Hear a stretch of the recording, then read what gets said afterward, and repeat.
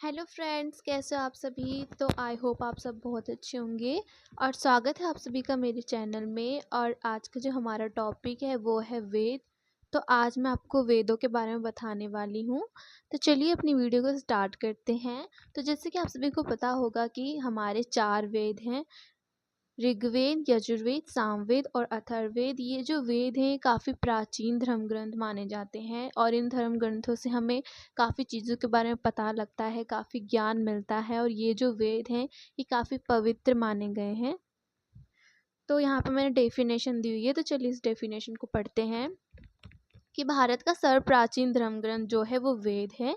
जो वेद है भारत के सर्वप्राचीन धर्म ग्रंथ है और इसके संकलनकर्ता जो है वो महर्षि कृष्ण द्वैपायन वेद व्यास जी को माना जाता है। अब इन 4 वेदों के जो संकलनकर्ता है वो महर्षि कृष्ण द्वैपायन वेद व्यास जी को माना जाता है।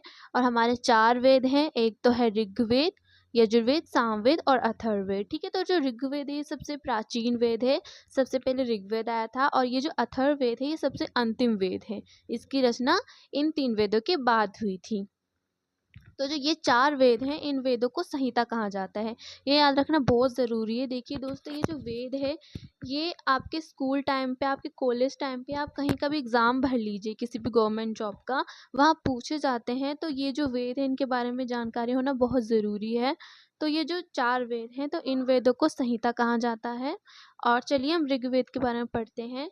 तो जो ऋग्वेद है काफ़ी प्राचीन वेद है जिसे ऋग्वेदिक काल में लिखा गया था। अब जो वैदिक काल है इसे 2 भागों में बांटा गया है, एक तो है ऋग्वेदिक काल और एक है उत्तर वैदिक काल। तो जो ऋग्वेद है इसे ऋग्वेदिक काल में लिखा गया था और जो हमारे बाकी के 3 वेद हैं यानी कि यजुर्वेद, सामवेद और अथर्ववेद, इन्हें उत्तर वैदिक काल में लिखा गया था। तो जो ऋग्वेद है इसे ऋग्वेदिक काल में लिखा गया था। तो इसमें 10 मंडल और 1028 सूक्त हैं। अब मंडल से हमारा अभिप्राय है अध्याय से। जैसे कि आप कोई भी बुक पढ़ते हैं तो उस पे अध्याय होते हैं ना, तो वैसे ही ये जो ऋग्वेद है ये भी एक बुक टाइप की है। तो इसमें 10 मंडल हैं और 1028 सूक्त हैं। अब सूक्त से मतलब यहाँ श्लोक से है, क्योंकि ये जो ऋग्वेद है ये संस्कृत में लिखा गया था, तो सूक्त मतलब कि श्लोक को संस्कृत में सूक्त कहते हैं। तो आपको याद रखना है कि जो ऋग्वेद है इसमें 10 मंडल हैं और 1028 सूक्त हैं। इस वेद में आर्य की राजनीतिक प्रणाली, इतिहास एवं ईश्वर की महिमा के बारे में जानकारी मिलती है। अब ये जो ऋग्वेद है इसमें हमें आर्यों की जो राजनीतिक प्रणाली है या जो भी इतिहास है, ईश्वर की महिमा के बारे में जानकारी हमें मिलती है। विश्वामित्र द्वारा रचित ऋग्वेद के तीसरे मंडल में सूर्य देवता सावित्री को समर्पित प्रसिद्ध गायत्री मंत्र है।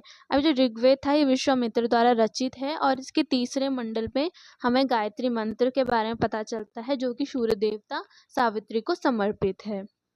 ऋग्वेद का सबसे बड़ा मंडल 10वां मंडल है। ऋग्वेद के 10वें मंडल में पुरुष सूक्त है जिसके अनुसार 4 वर्ण ब्राह्मण, क्षत्रिय, वैश्य तथा शूद्र आदि पुरुष ब्रह्मा के मुख, भुजाओं एवं जंघाओं और चरणों से उत्पन्न हुए। अब जो इसका 10वां मंडल है वो पुरुष सूक्त है और इसमें बताया गया है 4 वर्णों के बारे में कि जैसे कि 4 वर्ण हमारे हैं ब्राह्मण, क्षत्रिय, वैश्य तथा शूद्र। और जो 4 वर्ण है ये ब्रह्मा के मुख, भुजाओं तथा जंघाओं और चरणों से उत्पन्न हुए हैं। ऋग्वेद में गाय को माता माना गया है जिसका वध नहीं किया जा सकता। अभी जो ऋग्वेद है इसमें गाय को माता का दर्जा दिया गया है और ये भी कहा गया है कि गाय को मारना हिंदू धर्म में वर्जित है, मतलब कि गाय जो है वो माता समान है और इसका वध करना गलत माना गया है ऋग्वेद में। तो आई होप आपको ऋग्वेद समझ में आ गया होगा। अब हमारा जो दूसरा वेद है वो है यजुर्वेद। तो यजुर्वेद में यज्ञों के नियमों एवं विधि विधान का संकलन मिलता है। इसमें बलिदान का भी वर्णन मिला है। यह एक ऐसा वेद है जो गद्य और पद्य दोनों में है। अब जो ये यजुर्वेद है इसमें जितने भी यज्ञ जैसे कि हमारे होते हैं तो उन यज्ञों को किस तरह से किया जाता है वो सारे नियम और विधि विधान हमें यजुर्वेद से मिलते हैं। और इसमें बलिदान विधि का भी वर्णन मिलता है। ठीक है, और ये यजुर्वेद एक ऐसा वेद है जो गद्य और पद्य दोनों में लिखा गया है। तो अब हमारा जो तीसरा वेद है वो है सामवेद। तो शाम का शाब्दिक अर्थ है गान। इस वेद में मुख्यतः यज्ञों के अवसर पर गाए जाने वाले मंत्रों का संकलन है। अभी जो सामवेद है तो इसमें जो यज्ञों के वक्त हम जो मंत्र जाप करते हैं, जो बोलते हैं, वो सामवेद में वर्णित है। इसमें जो है 1810 सूक्त हैं जो प्रायः ऋग्वेद से लिए गए हैं। अब इसमें जो सूक्त हैं वो ऋग्वेद से लिए गए हैं।